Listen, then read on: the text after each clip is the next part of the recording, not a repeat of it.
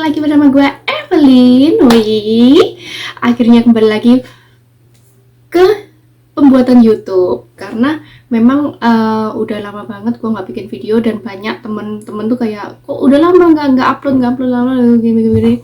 Gue tuh sibuk gitu loh, banyak ya kebetulan Kevin di sini. Baik, say hi dulu. Anya. Dia lagi mau nganterin mamanya ceritanya. Oke. Ya cuma gitu doang sih, karena gue tuh sibuk banget belajar bahasa Prancis yang nggak kelar-kelar. Jadi itu total itu gue tuh udah yang benar-benar belajar tuh 4 bulanan gitu ya. Nah kayak gitu tuh, syong. Jadi sekarang ini kan banyak temen yang lu tuh kan bisa ngerti bahasa-bahasa apa tuh, sejarah kan gue demen banget kan sejarah gitu.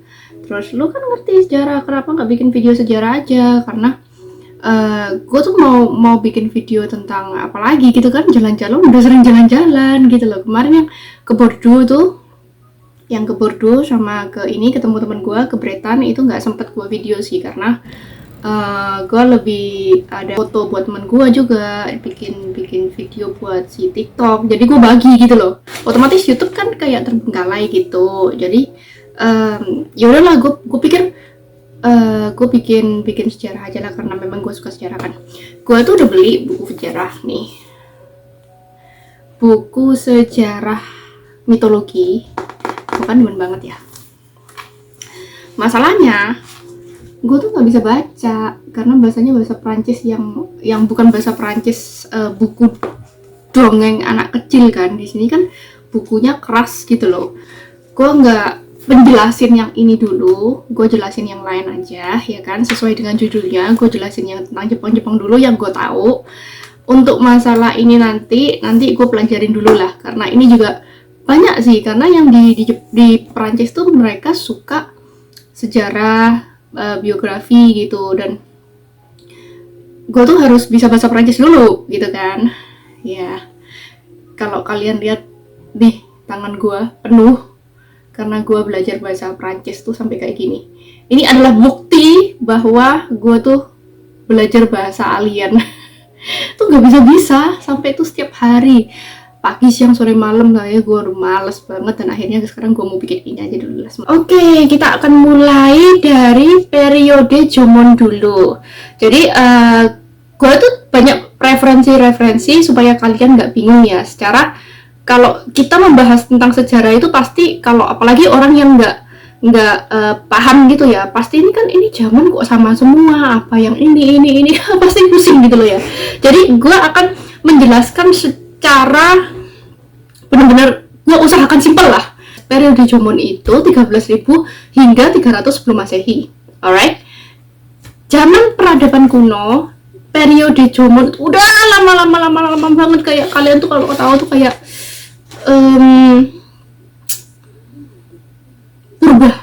zaman purba, oke? Jadi kayak udah, mereka tuh cuman taunya tuh berburu, memancing, ya kayak gitu.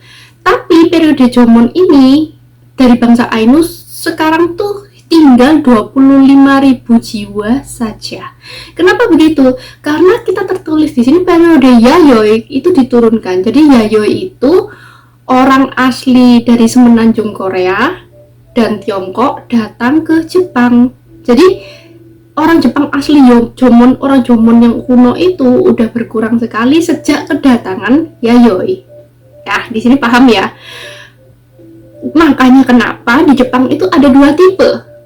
Orang Jomon yang asli itu kulitnya nggak putih, coklat, matanya nggak sipit, gede, dan bentuknya itu rahangnya tuh kotak.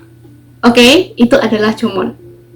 Sini, beda kan? Nah, sekarang yang Yayoi yang kita temui itu kebanyakan yang bentuknya lencir-lencir, kayak orang Cina, kayak orang Korea yang lencir, matanya sipit dan lain-lain. Itu awalnya bukan orang Jepang asli. Dan setelah kedatangan Yayoi, setelah migrasi itulah mereka itu lebih mengenal menanam. Nah, dulu tuh cuma berburu gitu aja ya. Oke, kita titik di sini. Dan mereka itu dari zaman Jomon tuh tembikar. Gue akan kasih beberapa referensi supaya kalian paham. Tembikar ini kayak di film Doraemon. Itu paling terkenal dah, kayak Doraemon yang dia wih gitu kan, kayak wih ya, terbang terus nggak tahu jadi apa itu. Nah kayak ini, kita akan lanjut ya, periode Yamato, yaitu tahun 250 hingga 710. Ini agama baru mulai diperkenalkan, yang tadinya awalnya Shinto itu sudah mulai masuk. Oke, di sini nggak usah panik ya. Setelah itu ada 2 periode lagi, tapi tidak terlalu banyak tertulis karena itu cuma peralihan gitu kan. Itu adalah periode Kofun dan Asuka. Setelah itu periode Nara. Periode Nara itu 710 hingga 794. Suatu zaman dalam pembagian periode sejarah Jepang yang dimulai ketika Maharani Genme memindahkan ibu kota kekaisaran ke Heijikyo, Nara. Yang kita tahu orang Jepang tuh paling suka pindah ibu kota. Yang dari Kyoto lah ke Nara lah, ke sini jadi Tokyo lah gitu kan. Udah 5 kali kalau nggak salah dia pindah, atau mungkin lebih ya. Nah, kalau kalian mau referensinya di Nara ini, kalian nonton film Shogun yang di Netflix. Itu masih Nara ya. Sekarang kita akan berlanjut ke Heian 794 hingga 1185. Periode ini ditandai dengan puncak kemajuan pengaruh Tiongkok, Taoisme, Buddhisme di Jepang, sama Heian juga dianggap sebagai zaman keemasan istana kaisar. Kalau kalian mau lebih paham lagi, yang gue rekomendasikan itu adalah membaca Minamoto Yoshitsune di tahun 1159 hingga 1189. Di sana itu banyak sekali kalian akan mengenal karakter-karakter yang sangat terkenal pada zamannya hingga sekarang, seperti Benkei yang mati berdiri, serta Yoritomo kakaknya Yoshitsune dan bla bla bla bla bla bla, itu tuh kayak jadi satu. Heian Kamakura itu kayak perjalanannya mereka gitu loh ya. Lanjut, kita akan ke Kamakura 1185 hingga 1333. Itu masih ada zamannya Yoshitsune. Tapi di sini kita akan di tengah-tengah itu, kita akan menemukan invasi pasukan Yuan Mongol ke Jepang 1774 dan 1781, tapi gagal karena terjangan badai laut, atau orang Jepang bilang kamikaze, dan angin dewa. Gua sih kayaknya mau rekomendasikan yang Mongol turun itu filmnya Marco Polo. Tapi di sini nggak tertera bahwa Marco Polo turun, karena di film itu season 2 belum kelar. Jadi cuma season 1 yang di Netflix itu, dan itu Kubilai Khan. Dan Kubilai Khan itu disclaimer anaknya Genghis Khan. Nah, di sini di film ini dia nggak sempet sih. Tapi gue juga nggak mengerti apakah benar Kubilai Khan yang turun ke Jepang atau tidak. Mungkin Muromachi pun itu juga ya peralihan juga, dan di sini ditulis 1333 hingga 1573. Pada tahun 1336, Ashikagata Kauji mendirikan Keshogunan Muromachi, Istana Utara, sebagai tandingan Kaisar Go-Daigo dan Istana Selatan. Di sini lebih banyak referensinya menurut gua, karena di sini manga-manga, komik-komik itu banyak yang berasal dari zaman Kenmu Muromachi. Bisa kalian kayak Flame of Recca, Samurai Berkyo, dan yang paling terkenal dari karakter semua itu adalah Oda Nobunaga, di mana Oda Nobunaga ini kalau kalian tahu kayak bos terakhir gitu lah ya, matanya merah lah begini, yang pokoknya yang garang banget tuh pasti Oda Nobunaga. Di situ tuh juga ada cewek satu tuh, siapa namanya gue lupa ya, yang bawa tombak gede ya, cewek itu. Nah itu cakep banget tuh. Nah kalau kalian suka, gue saranin yang ini. Tapi juga ada Netflix yang zaman sekarang tuh kayak Onmyoji segala macam, itu dari berbagai tahun periode sih gitu. Ada juga serial La Samurai 47 Ronin, itu tuh kayak dari periode sekian sampai Momoyama. 1549 itu suksesnya Christian yang bernama François Xavier, ribet amat ya, dari Portugis lah pokoknya, itu tuh sempat datang. Kalau memang benar itu, kalian bisa nonton filmnya Silongs. Nah di sini tuh kayak film lama juga sih, tapi dia menjadi misionaris yang datang ke Jepang untuk memperkenalkan agama Kristen. Alright, Setelah itu kita akan lanjut periode Asuchi Momoyama 1573 hingga 1600. Adalah salah satu pembagian periode dalam sejarah Jepang yang dimulai sejak Oda Nobunaga dan Toyotomi Hideyoshi menjadi penguasa Jepang dan berakhir ketika Tokugawa Ieyasu berhasil mengalahkan pasukan pendukung Toyotomi Hideyori dalam pertempuran Sekigahara tahun 1600. Yang gua tekankan di sini adalah perang Sekigahara itu yang sangat terkenal di Jepang. Sekigahara itu ada di apa tuh manganya Samurai di Tokyo ya. Aduh gila, gue lupa semua tuh karakternya. Kayaknya yang gue ingat tuh kayak Bontenmaru, Akira, siapa lagi tuh ya yang cewek itu. Aduh cakep sih. Dan memang kalau di manga itu mereka membuat yang lebih emblematik dengan Sabadirke, dalam kata lain tuh ikonik ya kan. Jadi kan dimana kita itu lebih cepat mengenal gitu. Lanjut ke periode Edo 1600 hingga 1868. Periode ini mengambil nama dari Edo, yaitu sekarang Tokyo. Ya kan, beda lagi kan sekarang ke Tokyo. Oke, dimana tanggal 24 Maret tanggal lahir gua 1603 keshogunan secara resmi didirikan oleh Tokugawa Ieyasu. Periode Edo terakhir dengan restorasi Meiji dan perang Boshin. Perang Boshin juga perang yang terkenal sih, say.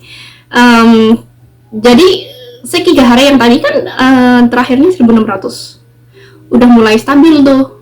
Nah, secara art, secara kabuki dan lain-lain ya pada saat itu. Dan setelah itu beralihlah ke perang Boshin. Kita nggak usah pusing-pusing lagi ya, lanjut aja ya, karena kayaknya panjang kali saya. Sekarang kita akan berlanjut ke perang Meiji 1868 hingga 1912. Dan sebelum zaman Taisho, ibu kota pemerintahan dipindahkan dari Kyoto ke Tokyo. Aku jadi bingung ya, banyak kali ya pindah-pindah kali ya. Nah, ini sudahlah, daripada gue ngomong panjang lebar, tontonlah film Kenshin. Sudah, itu udah mentok Kenshin.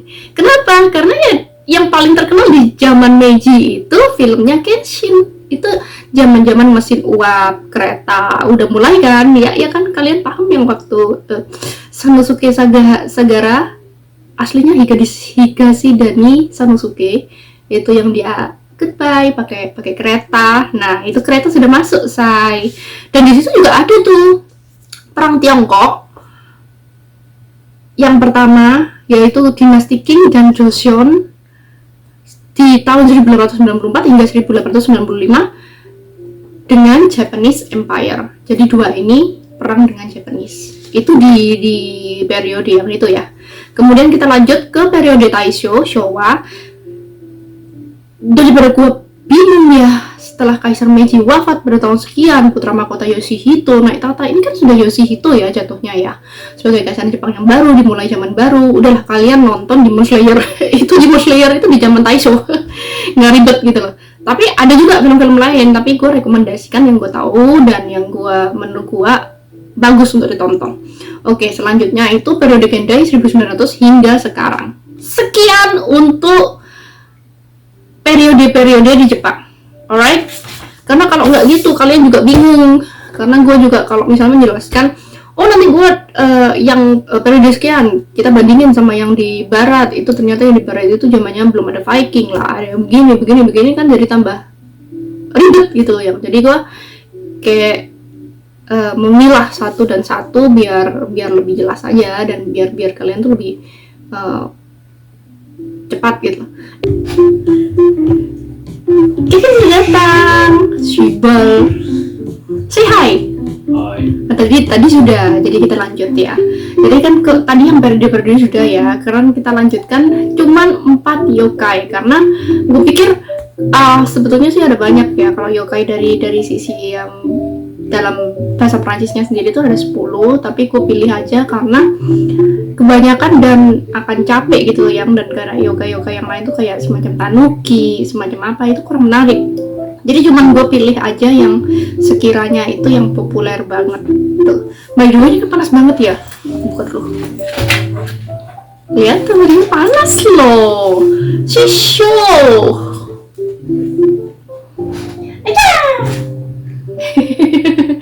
Dia lagi main Nggak tahu tuh dia lagi main apa. Kita lihat. Siapa Anderson ini. Kalian mau lihat gue ngomong bahasa Prancis gitu. Oi, comment allez-vous? C'est bien, bla bla bla. Alright. Oke, kita akan lanjut. Yokai yang pertama yang paling terkenal adalah Kitsune.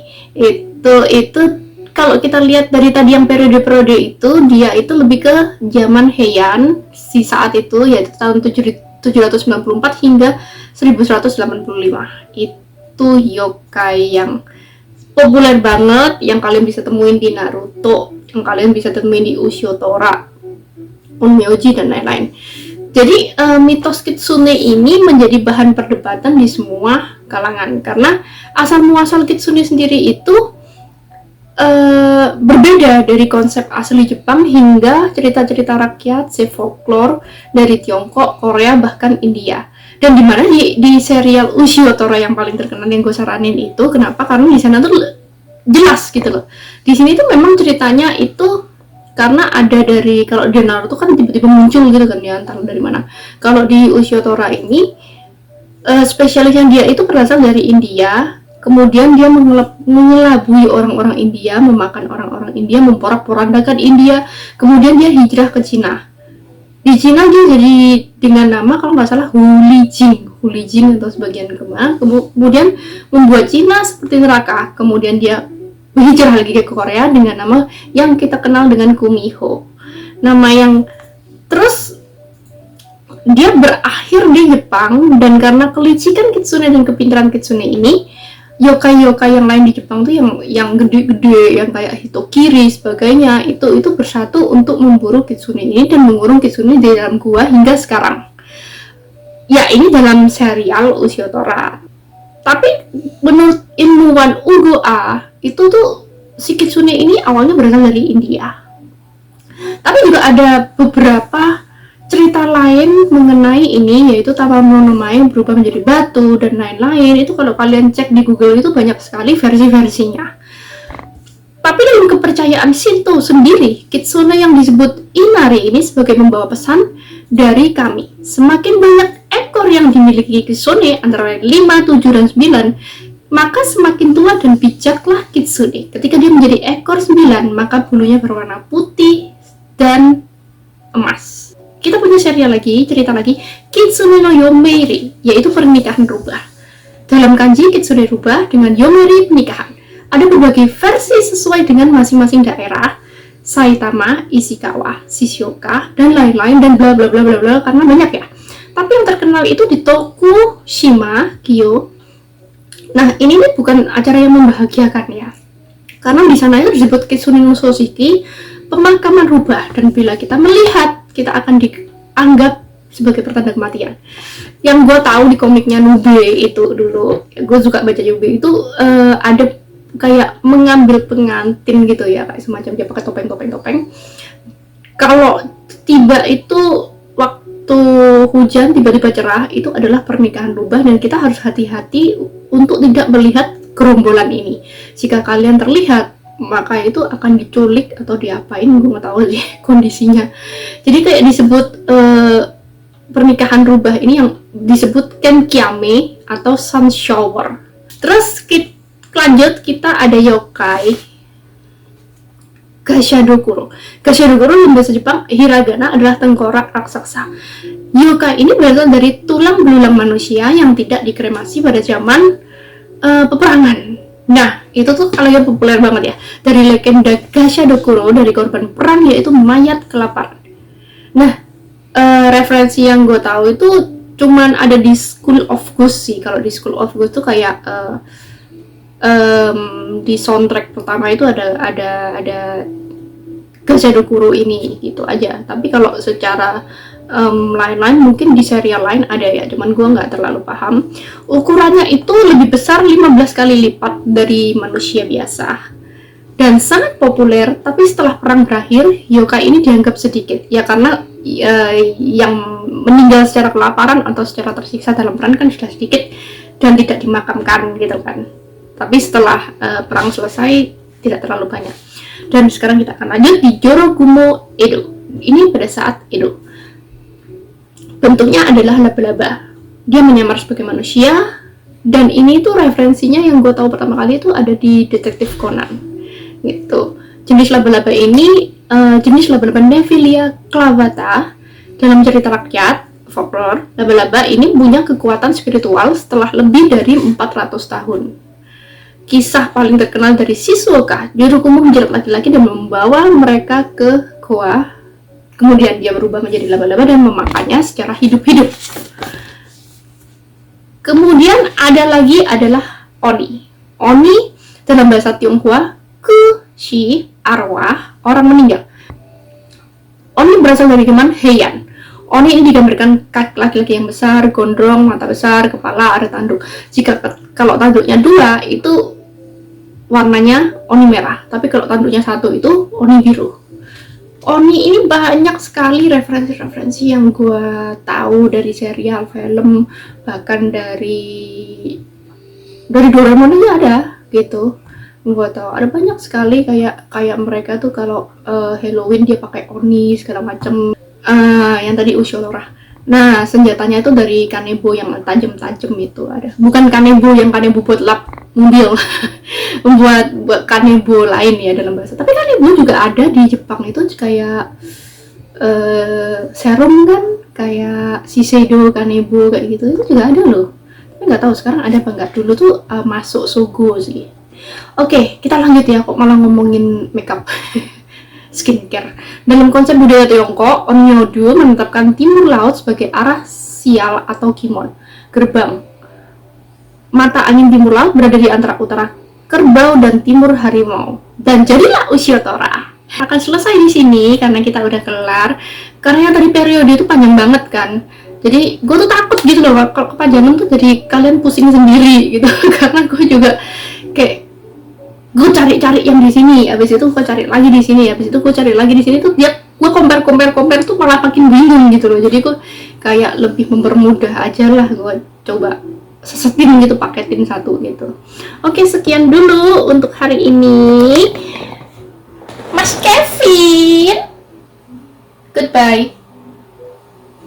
Dia tuh kayak gitu doang, jadi kayak nggak apa, tenang aja, yang heboh gue. Dia santai main, nggak mengganggu aja yang penting ya kan.